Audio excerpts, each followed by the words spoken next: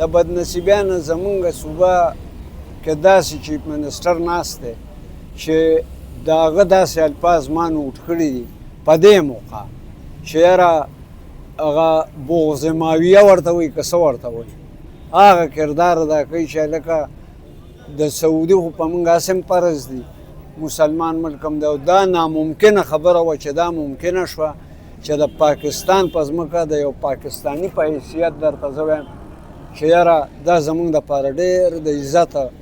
او د دغه خبره دا تاریخ دی چې دلته داسې جرګه نه ده شوې او نن د ایران ما وختي دغه کته د ایران وزیر خارجه بیان ورکړی دی خلک ته یې وګوري ستاسو په وساطت ته یې وګوري چې دا عمل به جاري وي د خبرو دې له د څوک دا تاثر نه ورکوي چې ګنې دا عمل ختم شو دا جرګه ناکامه شوه